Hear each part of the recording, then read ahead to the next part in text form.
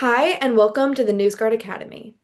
I'm Sophia Rubinson, an editor of NewsGuard's Reality Check newsletter. In today's video, we're looking at how major brands and health organizations, often without realizing it, are funding websites that spread false claims.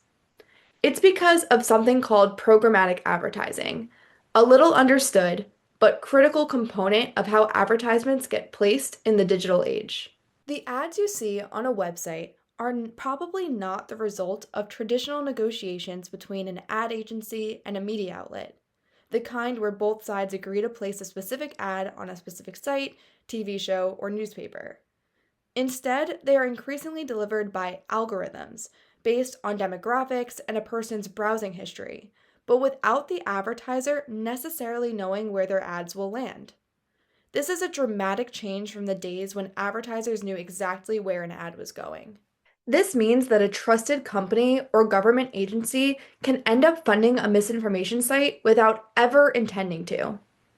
Researchers estimate that this sends more than $2.6 billion to misinformation publishers every year. A new study published in JAMA Network Open, using NewsGuard data, looked at 11 websites flagged for spreading false or misleading health information. Over 4 years, advertising on those sites totaled more than $336 million.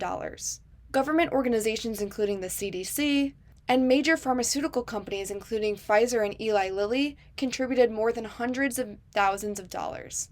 In the past year alone, NewsGuard has identified advertisements for 355 major brands, including names like Google, Walmart, and Disney, that have appeared on 46 websites flagged for repeatedly publishing false or egregiously misleading content.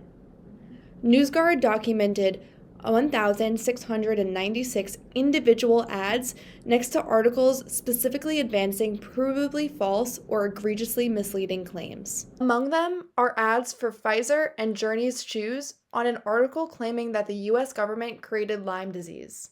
We've also spotted ads for Bloomingdale's and Adobe on an article claiming that vitamin B17 treats cancer, and Samsung and HP ads on an article claiming that vaccines cause autism. Again, it's important to note that none of these advertisers paid to have their ads specifically on these websites, but that they were automatically placed there with an algorithm. When a trusted brand's ads appear next to a story advancing a false claim, it can make that story's claim look more credible, even if the advertiser has no idea that their ad is there. So it's important to not necessarily judge a website's reliability by the brand's advertising on it.